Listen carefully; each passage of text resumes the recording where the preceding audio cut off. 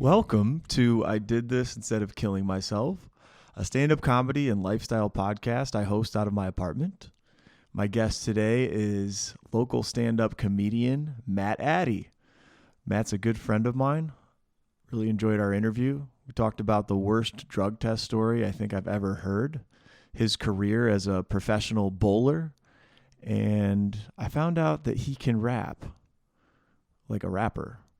So that was weird. Had a lot of fun. Hope you enjoy our interview. Here it is. All right. So here we are. First interview on I Did This Instead of Killing Myself. The record-breaking new podcast everybody's talking about. Hell yes.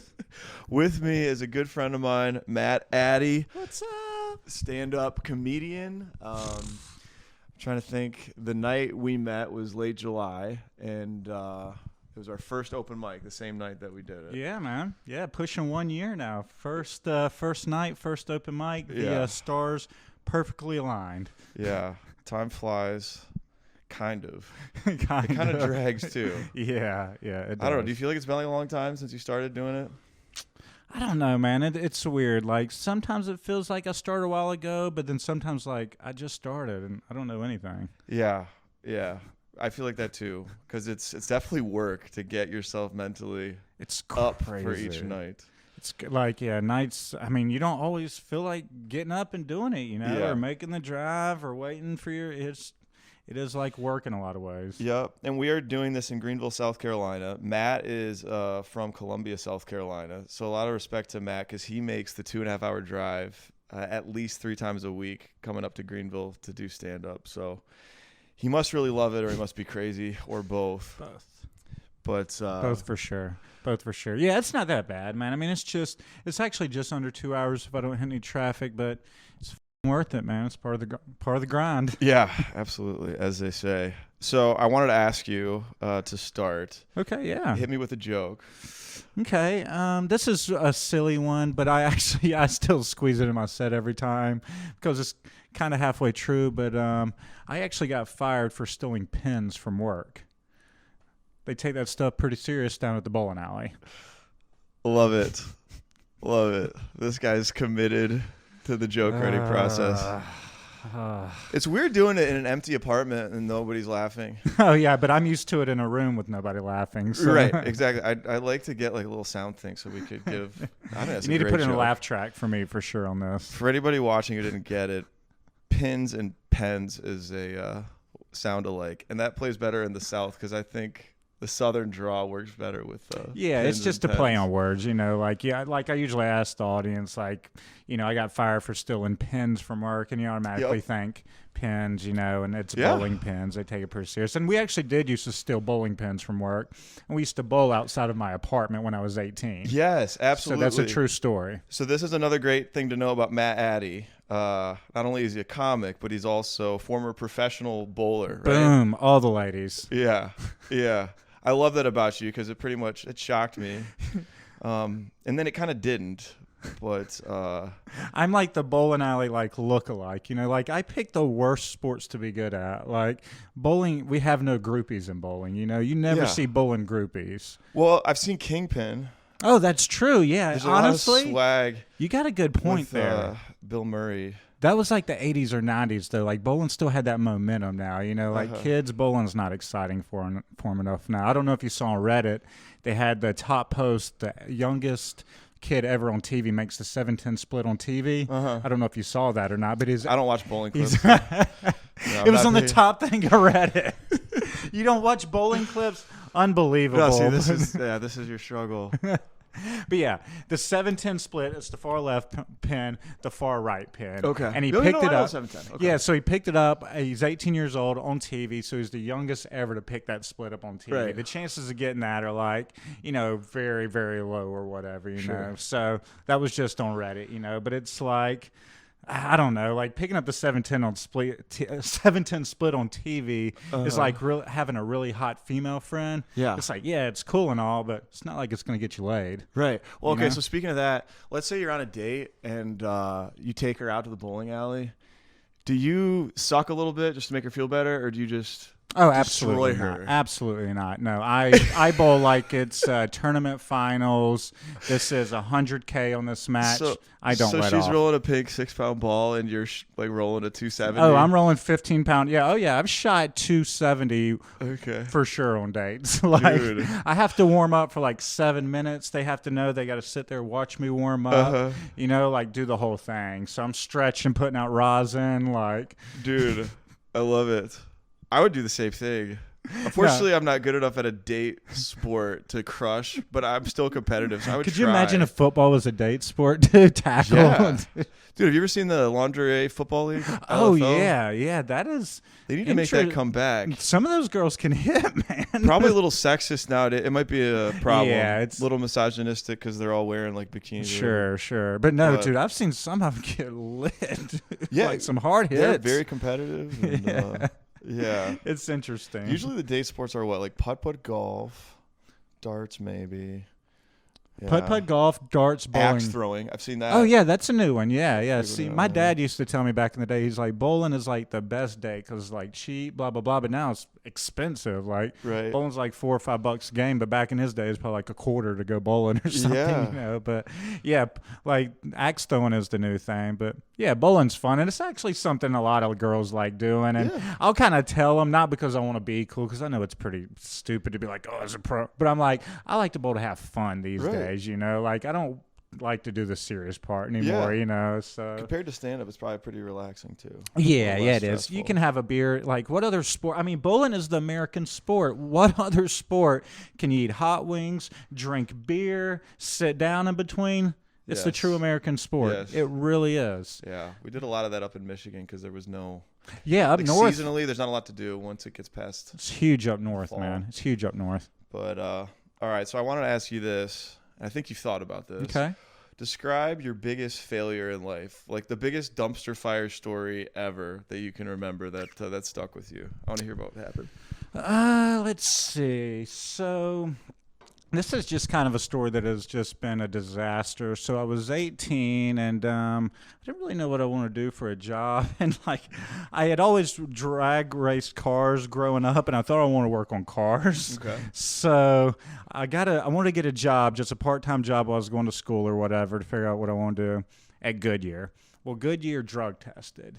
And so I'm 18 and my drug test is on a Monday, and like a couple of days went by, and it's on a Sunday, and I'm like, oh man, I need to probably prepare for this drug test. Like, what do I do? So I didn't even have Google back then. I don't know. I was probably using like Web Crawler or Yahoo or something. Anyways, it said drink pickle juice. You know, that's what you should do the night before. Drink pickle juice. Yeah. I'm like, all right. So I didn't drink the pickle juice until the day of the drug test, and I drank like a half gallon of pickle juice on an empty stomach.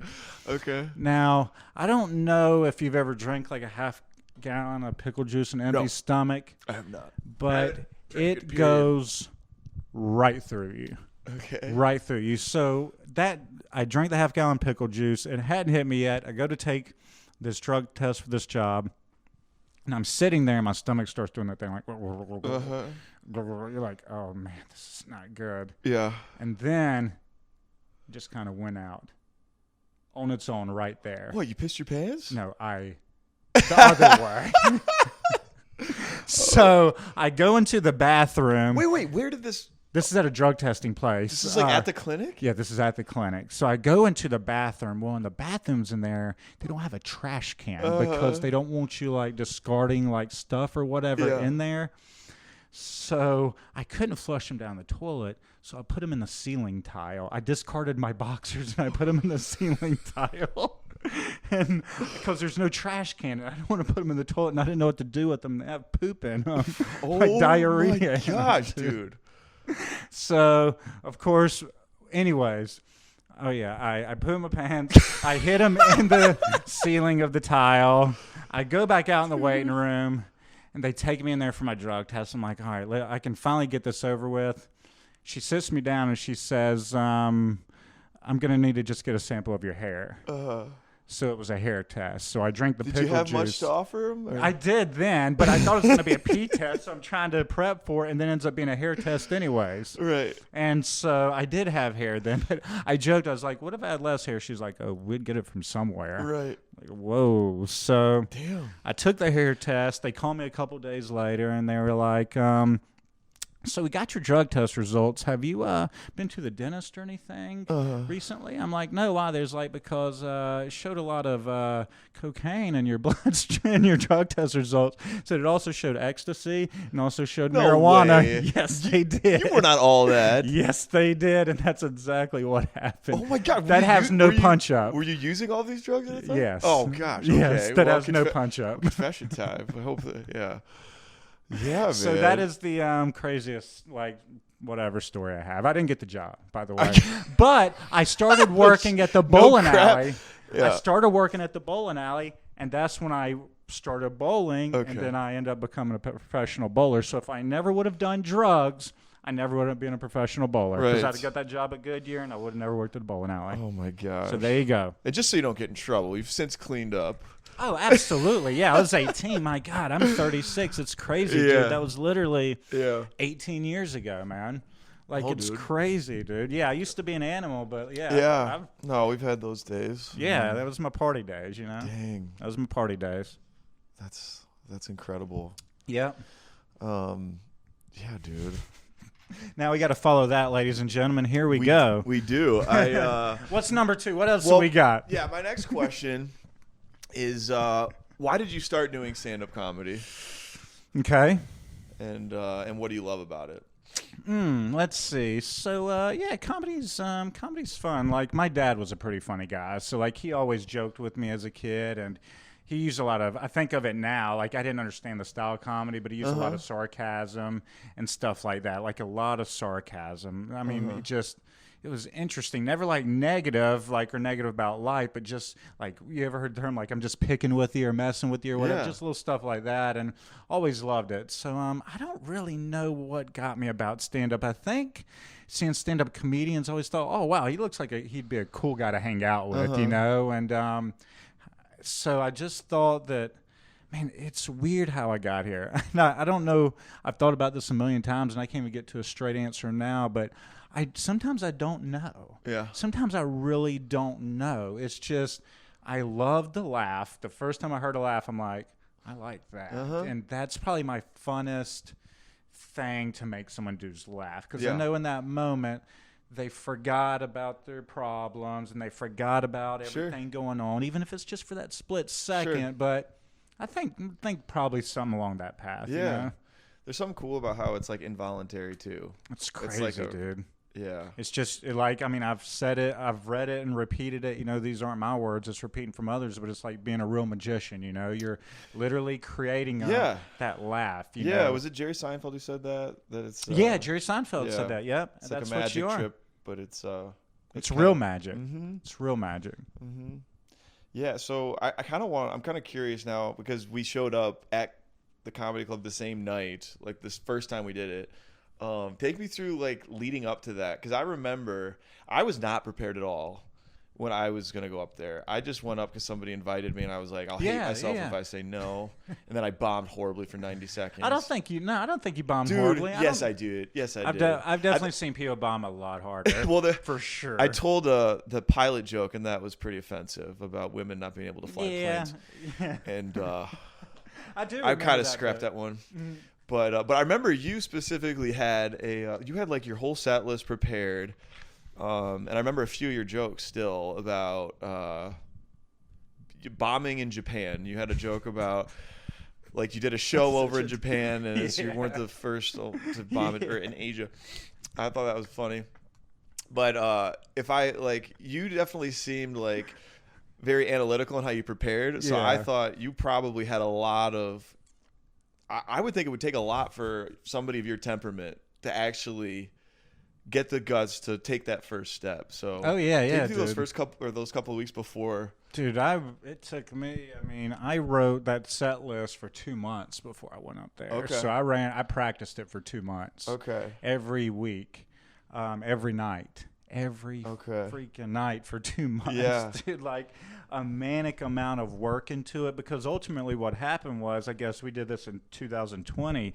In 2019, I was actually going to go up a year prior to that. And I had emailed the Laughing Skull Lounge in Atlanta, and he gave me my first open mic slot. Thank goodness I didn't do it, because I just was not ready. Sure. So anyways, X amount of time goes by. And I'm like, I'm thinking about doing it, like I'm thinking about doing it. I pick up the Comedy Bible, and the part that got me to schedule it is it says, schedule your first open mic, don't procrastinate. Sure. And for those of you who don't know, the book he's referencing is Judy Carter, The Comedy Bible. So if you're even remotely interested in stand-up, that's it. I have it. If you're watching on the video, we have it in my coffee table. So... Yeah, so that resonated with me a bit, because I was like, I really need to, because I will put this off forever. I can see how easy it'd be to put this off forever, like just procrastinate. Yeah. So anyways, I was like, well, I guess I'm going to start figuring out writing jokes, the hard, weird, scary, stupid, whatever, and working on the set. And I was like, I really want to have a callback my first set, because I want to show people I'm serious about this. Like I'm serious about comedy. So I want my first set to have a callback. And then the best callback I come up with, I got connections, and I just wrote the bit around I got connections, And a lot of my early jokes I'll never tell again, my opener is, you ever look at, well, I'll tell you how it went up. This is how my first mic ever went. I walk up, I grab the mic, and I start doing this, because I think there's a switch on it, and there's not. Right. So there's not a switch, so I don't know what to do, so I just say, hello? And to see if anybody does anything. That's not a bad opening. They look at me and they do this, and I'm like, these people can tell. Like, these people are literally scared in this moment. But yeah, dude, yeah, it was. You didn't think about that stuff, you know? Like switch on the mic. Ugh. Yeah. So I have a lot of respect for the audience members that come to the open mics that we go to. Still to this, still now a year later, because there's a lot of awkwardness involved in watching new people do it. Dude, it's hard. I mean, we see it multiple times a week, and it's right, because there's new people. Yeah, and it's just hard. I mean, it is better, I guess. At least an audience they won't see us do the same set a multitude of times. Usually. But they really do have to endure some battles. I mean, it's tough no matter what. Even if it was 20 of the best comedians on the planet, still, it's just mentally going to wear you down. Yeah. And if you're a sadistic person, if you're really mean, you could get a sick satisfaction out of watching people bomb. Oh, it's kind of fascinating. Yeah, it's like watching an animal get tortured or something. No, there's an entertainment value to watching people also not do well. And I'll be honest, those are more entertaining to me. Yeah, so, for sure. And sometimes even when I don't do well, it's more entertaining to me. So. Yeah, you kind of learn more when you bomb. Yeah, you definitely do. You don't learn much by doing well. Yeah. But, okay. So you may have answered this earlier, but I was going to ask you, if you weren't doing stand-up as an outlet or moving towards something you're doing more seriously, what would you be doing with the time you're committing to stand-up? What else would you be doing? I don't know, man. This is not really what I'd be doing, but if I could do something, I would be a rapper. A rapper? I actually used to have a couple rap tapes. Are you serious? When I was young. Okay. When I was young. See, I didn't know this. I forgot what you for. I'm not good. You're not kidding though, right? I'm serious. Yeah, I am dead serious. This is part of my act. Well, we are pulling this out. I'm gullible too. I'm believing you. If you're no, I'm dead serious. I love rap. Okay. I absolutely love rap, but I can't do it. I can't rap. Okay, you have to do this on stage sometime. Oh no, I can't do it. I'm gonna peer pressure. I got it here. I'll drop a rap. I'll drop a rap for you right here. Okay. Are you gonna do? All right. I'll do a rap right here. All right, you ready? Let's see. I don't know. I can't do a rap on a podcast because I'd rather finish first, not last. God, let me write a couple. Hold on. I had it going. Let me think. All right. I'm just speechless. I'm gonna run it. Happening. just flow, man. We're gonna cut. Great. We're gonna cut this out. No, we're not. I'm keeping this entire thing in. This is. I don't know who's gonna watch this, but this is good. Let's see. All right. All right. I'm never gonna do a rap on a podcast. I'd rather finish first, not last. I'll have them pull up in a hearse, high class. Roll up in the blunt, drive fast. I don't know. Okay, that's plenty for me to. I had some better lines, but I just No, dude, can't that's do plenty it. for me to believe you. I'm impressed. That's so bad, guys. That's so No, bad. The lines are usually better. No, that's great. Holy crap. Well, I learned something new today. What is it? I can't even think. I had a couple lines, but I'm not doing good on this. I've actually never rapped for anybody before. You haven't? Well, I had one buddy in the Marines who used to freestyle. Like a lot of people in the Marines. So you never performed it? Yeah, like never. But I have wrote like raps, and I've always really enjoyed rap. I've listened to rap since I was like 13. Okay. So I think that's Who's your favorite rapper? Eminem, probably. Eminem? Yeah, even though I know it's super cliche. Listen, I get a lot of, but he's a great rapper. His lyrics, and that goes in with my comedy. So I'm more one-liner, two-liner, but it's the play on words and the word usage and the sharp, of it. It's Eminem does a lot of that. Yeah, he was Eminem, iconic. He was one of the first big white rappers. Yeah, I feel like. But his rap is very sharp, and he uses a lot of play on words, and he's got a lot of. He's a good writer. Yeah, I remember we were doing karaoke the other night with the comics, and I'm pretty sure somebody picked an Eminem song, and I was trying to like kind of sing along with the person on stage. Yeah, this was with some comics, and I could not do it. I couldn't. Like I lost my breath, and so did I think Sam picked the song, but. Like reading the words on a screen and trying to do it yourself. Insane, dude. Yeah, you couldn't do it without getting out of breath. Blew my mind. Is that just coming up with saying the words and just the rhythm and just. I know a lot of it you can do in a studio and cut and all that, but I mean, still just. I mean, I've seen Eminem like freestyle and it's ridiculous. Did you like DMX? Oh yeah, because we're filming this pretty recently. So after DMX, one of my favorite rappers. He's just. What's funny is I thought about him because my mom, when I was 14 years old in 1998, I couldn't buy CDs legally that were rated X or whatever. Yeah, so she'd buy them for me because my parents were divorced, and my mom would just buy me CDs trying to be the cool parent. And so she bought me DMX, Flesh of My Flesh, Blood of My Blood at 14. Right. And I don't know if you've ever listened to the lyrics of Bring Your Whole Crew, that song. But let me tell you, I listened to it in my mom's Lexus with her, and when I listen to it today, I cannot believe what she had to have thought hearing it. Because I love it, but like the vulgarity is just insane. But I love DMX, like Rough Riders DMX. That was right during the prime. That hype up music, it was interesting. DMX, and it's so weird too because he has a song called "Miss You" about his grandma, which actually kind of related because I was really close to my grandma. So I think about how like a 15-year-old white kid, can, like isn't that funny how like when you're jamming out to that those rap songs, you like put yourself in them. I remember, dude, they get me hyped, man. Dude, I remember Eminem, "Lose Yourself."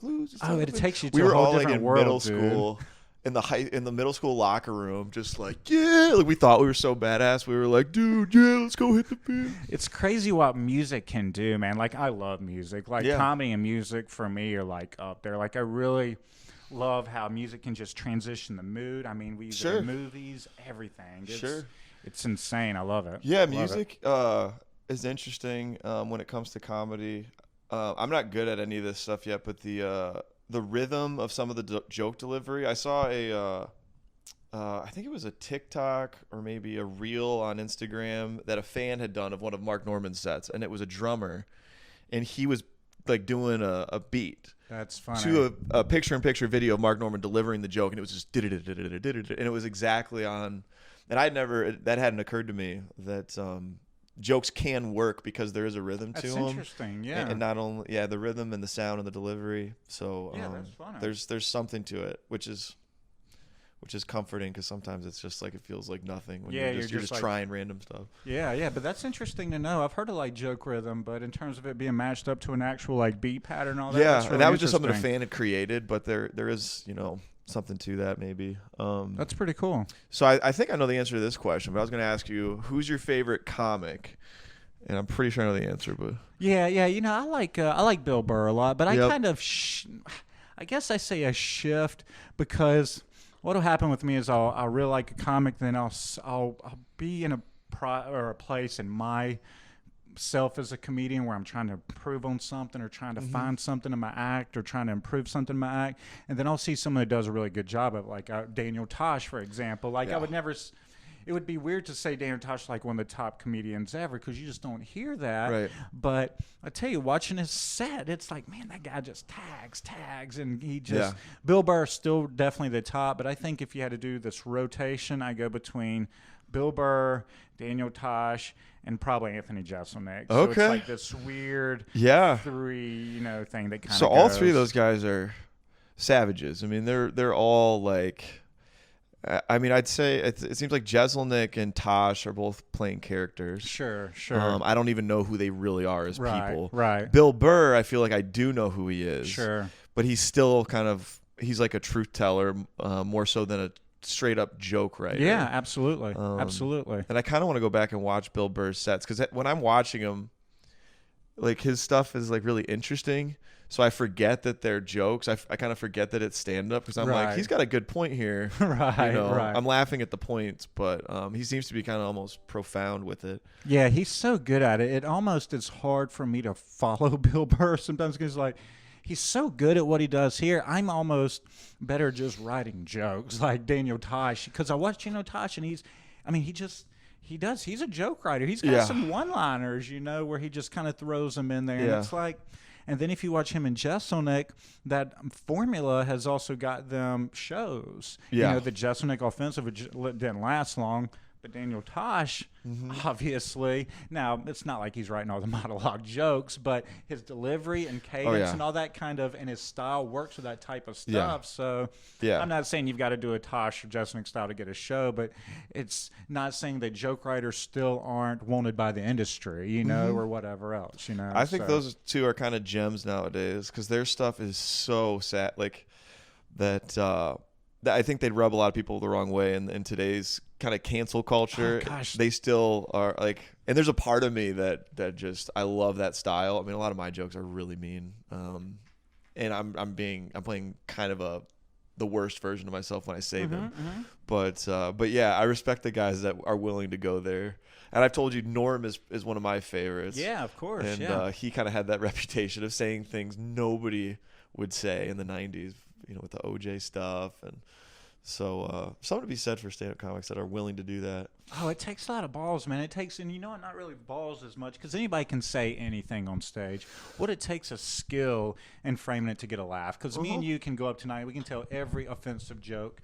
Yeah. We could just bring up, and just go down the list if we wanted to. But to put it in a framework to where people actually laugh about it, to where you're kind of like, he's kind of right. Yeah.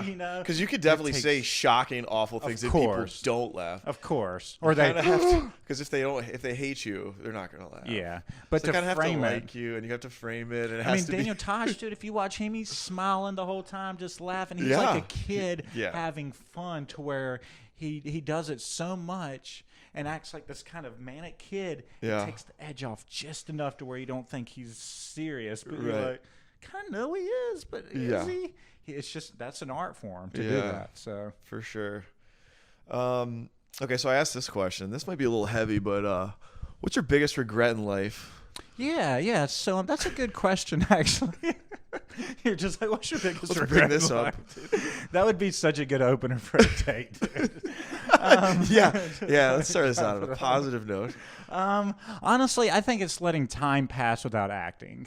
Like just letting too much time pass. Like people will say, "Oh, 36, you're not old." I'm like, "Yes, it is." Like, dude, if I wish I just would have started 10 years ago. Like it's weird. There's like this fine line between like having the balls to do something. Like I obviously can't just quit my job and do comedy, but you've got to be willing to take that leap. You've got to, man, because I think our brains are wired to just kind of accept life just passing us by. Yeah. That we always think, well, what if when I'm going to graduate in 4 years, or we're going to be getting married in 2 years, or I'm going to be doing this, like we don't embrace the moment, and I know, but our brains, I don't think are really wired to embrace the moment. I think our brains are wired to just let it do this, because if we all were to sit here and just take in the moment, like I think it could either drive us crazy in a way, or you could actually, it's weird because bottom line is just letting time pass by, not making moves quick enough, and you have to do smart, responsible moves,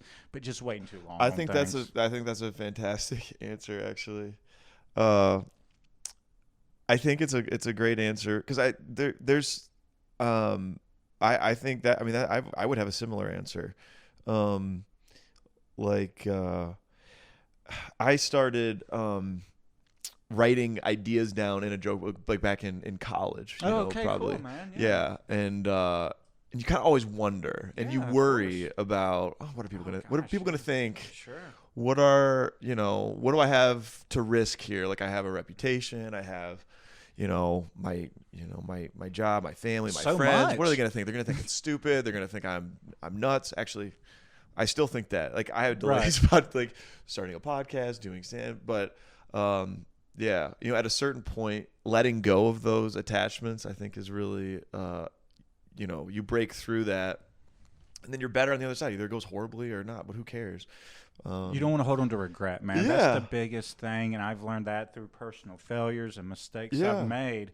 And that's now being at 36, it's really hit me. Like you don't want to live with that regret, man. You want to make it because that scares the crap out of me. You're better off taking that first step, even if people think you're stupid. If you're stupid, if you fail, that's it's actually easier to live with that versus regret never doing it at all. Absolutely. Regret Procrastination is such a heavy weight that will weigh on you, and once you have so many weights of regret, dude, it's hard to just start doing it. Yeah, absolutely. There's a great book I read last year. I can't remember if I read it before or after I started doing stand-up with you guys, but it's called The War of Art. Oh, yeah. Rogan, I saw it on Joe Rogan's show. Oh, The War of Art, not The Art of War. Correct. There's a play on that. Okay. But The War of Art, and what it talks about is this idea of resistance. And how if you're doing anything creative or entrepreneurial, it doesn't have to be stand-up. It could be anything.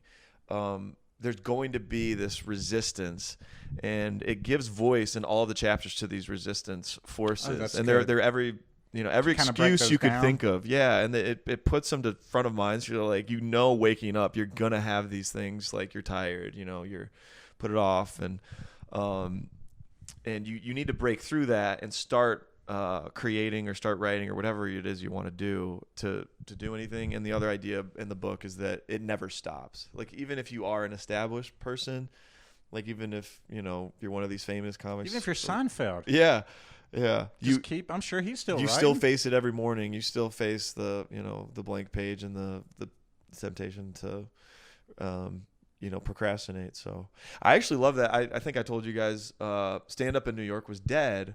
Obviously for COVID, it just opened up, and the first night of Gotham Comedy Club opening back up, Jerry was on stage. That's cool. Yeah, there were a few other guys, but I was like, dude, the guy's worth $900 million. And as soon as the club opens up, like if anybody could just sit back and chill and do nothing, it would be him. It would be him. Right. Yeah, but he's there, still doing it. Love it. Probably bombing if he's trying to. Right, doing new stuff. Like who knows? So, yeah. Okay, so we're at over a half hour, so I'll ask you one more question. I don't want to go too long here, but what is the best piece of advice you ever received?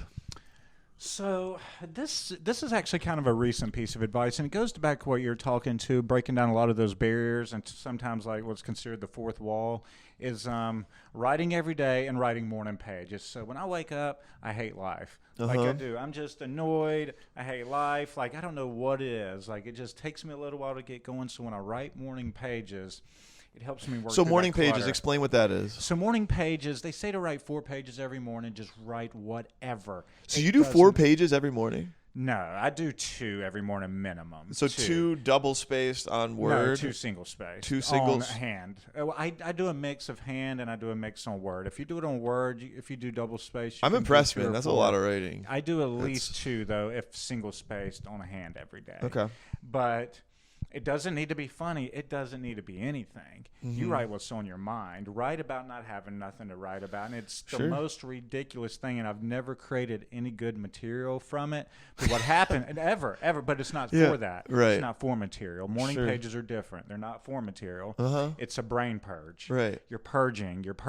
And so then later on in the day, now you can focus more on the comedy side. You're not thinking about all the other stuff. And it's not an exact working formula, but it does help for sure. And I cannot explain the anomaly of constant writing compared to crafting jokes, But there is something that works there where the more you write, the better you will get at jokes. But Sure. it does not happen. It barely even, it is literally like watching grass grow. Yeah. It's not like you wrote for a couple weeks. You're just like, all right, let me just write a couple, killer jokes real quick. Right. You never know when it's going to come. And you never know when a joke's going to come. Sure. Even when you're on the paper and you're like, into it, you're like, all right, I got a good setup here. All right, nothing, Okay, whoa, I got a little something here. Got a little something here, okay. And then it's one of like the last 8 or the last 20 or the last half of a notebook, but it comes, but the more you write, the more chance that it pops up. But if you don't write all the time, that pop-up is limited, so it's weird.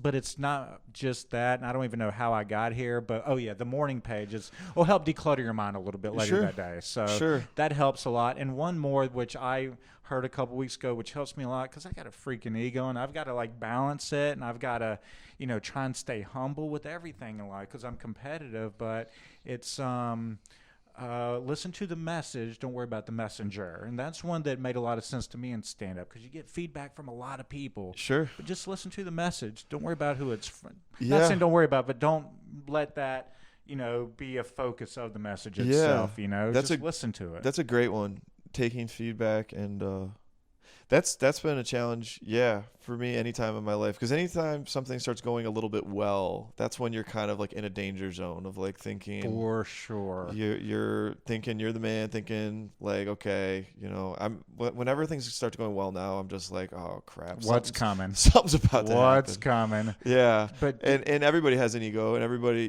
needs to like check it and be open to feedback. I'm horrible at taking feedback. I'm horrible at asking for it.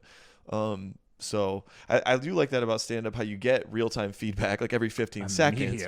If they're laughing, it's probably a good sign that you're on a right track. Sure. But that's taking feedback and not necessarily looking at the messenger and saying, oh, they're wrong because of who they are. Is that kind of what you're? Yeah. Because I've gotten a couple punch-ups from guys that have never respectfully had a good set at all, and very new. They're just very new. Sure. I mean new like a month into it or whatever. But they could be right at what they're saying. And one of the things that said, I'm like, if I were to take that variable out, the fact that they're new, and just listen to the content itself, if that would have came from anybody else, I'd have been like, it's got a point, but that's the ego. Like, oh, I've been doing this longer. I'm a better writer. Like, got to get rid of that, man. It will destroy you in life and in comedy. I've fought it in bowling. I will fight it in everything. But I feel like every new venture I go down, I'm a little better at it, And comedy, it's going to take, a lot of work. Not that I have like a huge ego, but I take the writing very serious, and I do have to get the ego in check. Like, it's hard. Sure. Great answer. Dropping some nuggets on us. Man, I'm competitive, man. I love those. That's great. So we can wrap it up here, but before we go, where can we find you on your social media? Yeah, Matt Addy Comedy. Like my Facebook page and Instagram. I have 139 followers, so I'm killing it. Killing it. How do you spell your name? It's just M-A-T-T? M-A-T-T-A-D-D-Y. Matt Addy Comedy. Yeah. All right. Well, this is the first interview you've done. I think it's thanks for coming, dude. Heck yeah, thanks for having me, Pleasure. guys. I'll see you around. Don't kill yourself. 4 days a week. Yeah. Don't kill yourself. All right. Thanks, everybody. All right. See ya.